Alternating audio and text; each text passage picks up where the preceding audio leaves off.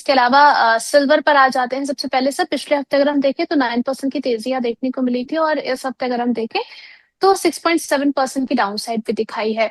ये जो उतार चढ़ाव चल रहा है सर, और इस बीच हमारे जो निवेशक है जो ऊपरी स्तरों पर फंस चुके हैं, उनके लिए आपकी राय क्या रहेगी?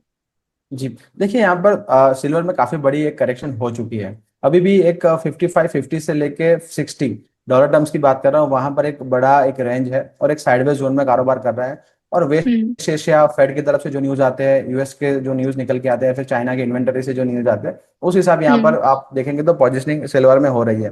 55-50 यानी एमसीएक्स पर करीबन 2,15,000 के जोन है। वहां पर अगर ब्रेकडाउन मिलता है तो यहाँ पर और एक गिरावट आ सकती है, करीबन 2 लाख से लेके 1,90,000 के जोन में। बट ये वो अपॉर्चुनिटी रहेगा, यहाँ पर आपको ऐड करना है तो ऐड कर सकते हैं। गोल्ड की अगर बात करें, तो गोल्ड के अंदर आप हम्म। देखेंगे तो 3,950 से 4,000 का एक बड़ा रेंज है। उसके नीचे हम्म। है, यानी एमसीएक्स में करीबन 1,39,500 से लेकर 1,40,000। तो उसके नीचे हम्म। अगर ट्रेड कर रहा है यहाँ पर गोल्ड, तो यहाँ पर एक बड़ी ब्रेकडाउन आ सकती है और करीबन वन हम्म। लैख थर्टी फाइव थाउजेंड के टारगेट बन सकते हैं। थोड़ा सा वेट एंड वॉच करें। और दोनों जो हमारी जो प्रीशियस मेटल्स है वो एक रेंज बाउंड में हम्म। है। तो एक रेंज से निकलने के बाद ही आप यहाँ पर सोच सकते हैं। अगर लंबी अवधि के लिए निवेश करना है तो एक अच्छे जोन है। बट हम्म। थोड़ा सा अगर नीचे आता है तब भी आप थोड़ा सा कैलकुलेशन रखें, वहां पर भी एंट्री करनी पड़ेगी। इस हिसाब से स्टैगर्ड मैनर में अगर एंट्री प्राइस का आपका प्लानिंग है तो यहाँ पर थोड़ा सा अक्यूमुलेट कर सकते हैं। और लोअर लेवल्स पे आते हैं तो वहां पर थोड़ा सा और एक्यूमुलेट करना पड़ेगा। ठीक है। इसके अलावा सर अब चूंकि ये फेस्टिवल शुरू हो रहे हैं, बहुत सारे हमारे जो लोग हैं, हमारे घर परिवार में भी होता है कि देखिए फेस्टिवल में सोने चांदी खरीदने निकल जाना चाहिए। तो अगर फिजिकल फॉर्म में बाय करना है सोने चांदी, तो किन भाव पे करना चाहिए, सोने में भी और चांदी में भी? देखिए सबसे पहले तो उर्वशी जी, गृहिणी या फिर वुमेन्स, अगर सोना हम्म। किसी भी रेट पे मिल रहा है, कोई सोचता नहीं है। तो वहां पर तो लेवल्स की बात ही मत करिए। देखिए घर पे भी अगर कुछ लेना है तो फिर कोई भी आप बोलेंगे 160 लाख का भाव चल रहा है तो उनको कोई फर्क नहीं पड़ता, उनको लेना है तो लेना है। आई थिंक आप भी ऐसा ही नहीं करते सर। होंगे। सर कन्विंस करने के लिए कुछ तो होना चाहिए ना, कि आप देखिए एक्सपर्ट ने बोला है और आप कन्विंस हो जाइए।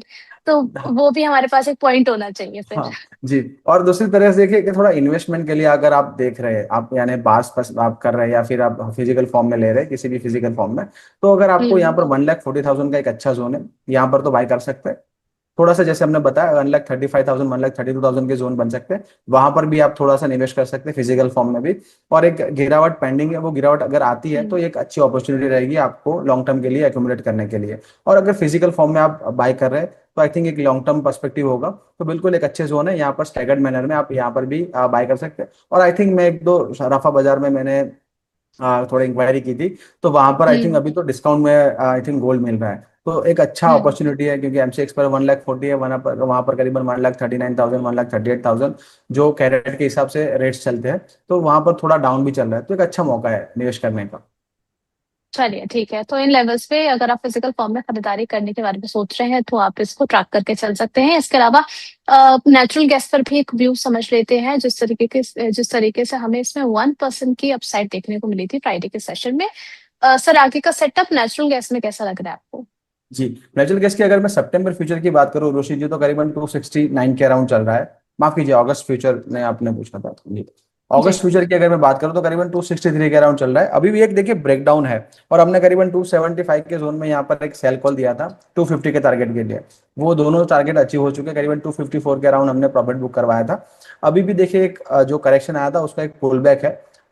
270 275 के जोन में यहाँ पर अभी भी आप ऊपरी स्तरों पर बाय ऑन, माफ कीजिए, सेल ऑन राइज कर सकते हैं। और यहाँ पर जो स्टॉप लॉस है करीबन 280 82 का आप रख सकते हैं। टारगेट फिर से 260 और 254, दो टारगेट बन सकते हम्म। हैं। तो नेचुरल गैस में सेल ऑन राइज का ट्रेड बन रहा है। ठीक है। इसके अलावा क्रूड में अगर हम देखें सर, इस हफ्ते 12% के ऑलमोस्ट अगर हम देखें तो गिरावट दर्ज की गई थी। अब आगे के लिए क्रूड के आपको एक बार फिर से लग रहा है कि बाउंस बैक करेगा? जी, ऊपरी स्तर आप देखिए, ऊपरी स्तरों से एक गिरावट आई है, बट निचले स्तरों से भी आप देखेंगे तो काफी बड़ी रैली हुई थी। तो अब middle of hmm. The range में यहाँ पर क्रूड जो है कारोबार कर रहा है। हम्म। अगर मैं यूके क्रूड की बात करूँ या ब्रेड क्रूड की बात करूँ तो करीबन 85 के अराउंड यहाँ पर एक सपोर्ट जोन है। और करीबन 92 93 के आसपास एक रेजिस्टेंस एक बैंड में चल रहा है। एमसीएक्स पर आप देखेंगे तो करीबन 8200 से लेकर 7400, तो बड़ी रेंज में यहाँ पर कारोबार कर रहा है। लोअर लेवल्स पे अभी भी मुझे लग रहा है यहाँ से बाउंस आएंगे, और जो ग्लोबल हम्म। सेटअप है उस तरह से लग रहा है कि यहाँ से लोअर लेवल्स पे थोड़ी थोड़ी खरीदारी आती रहेगी। तो अगर हम्म। 7600 7500 की जोन में एमसीएक्स पर आपको क्रूड मिल रहा है, तो बिल्कुल 7400 के स्टॉप लॉस के साथ यहाँ पर बाय कर सकते हैं ट्रेडिंग पर्सपेक्टिव के लिए। ऊपर की तरफ 8100 8200 के आसपास प्रॉफिट बुक कर सकते हैं। ठीक है, एक और आपके लिए कमेंट आया है यहाँ पर, मनोज जी की तरफ से है, कह रहे हैं कि मैम प्लीज सर को मेरी तरफ से थैंक यू बोल दीजिए, क्योंकि सर ने मनापुरम इन्वेस्ट करने को बोला था, मैंने इतना ज्यादा प्रॉफिट किया है, 93,000 का प्रॉफिट इनको हुआ है। सो थैंक यू फाइनेंस ज्ञानी और and thank you Varun sir. ठीक है, तो ये इन्होंने आपको भी धन्यवाद बोला है, और पीछे बैकएंड टीम भी मेरी खुश हो रही होगी कहीं ना कहीं बैठ करके कि चलो थैंक यू आ गया। तो बहुत बहुत शुक्रिया सर, इन्होंने बोला है अपनी तरफ से। कॉन्ग्रेचुलेशन मनोज जी। चलिए ठीक है, पोल और क्वेश्चन की प्लीज, तरफ बढ़ और लेते हैं। दूसरा जी। ऋषि जी, दूसरा चीज के बिल्कुल अगर देखिए एक अच्छी ट्रेड हो गई है, तो एक स्टॉप लॉस हमेशा लगा के रखिएगा। देखिए टारगेट्स भी आते हैं, स्टॉप लॉस भी आते हैं, पार्ट ऑफ द पार्सल है हमारे गेम का। तो हमारा व्यू रहता है जब भी हम कॉल्स देते हैं तो 1:2 या 1:3 का जो गेन से बने। बट 1 रुपये जा रहा है अगर स्टॉप लॉस के अंदर, तो वहां पर आप बिल्कुल एक स्टॉप लॉस भी आप इंटेक्ट रखिएगा।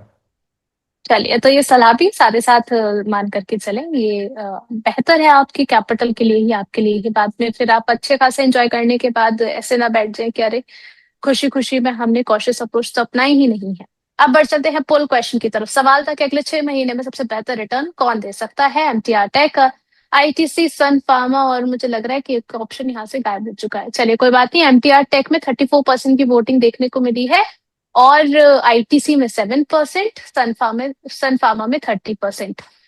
सर, दर्शकों की वोटिंग को देख करके आपकी राय क्या बन रही है?